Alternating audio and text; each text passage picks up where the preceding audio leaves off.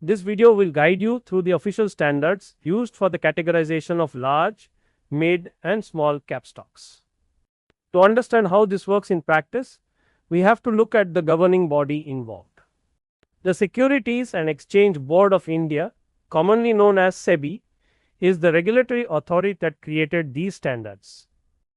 They released a formal circular on October 6, 2017, which defines the large, mid, and small cap companies. Now that we know who is in charge, let's look at the specific numbers that define each category. For a business to be called a large cap company, it must be ranked between 1 to 100 position in terms of full market capitalization, essentially representing the top 100 companies. The next group consists of mid-cap companies, which are those ranked from 101 to 250 in terms of full market capitalization, accounting for the next 150 companies.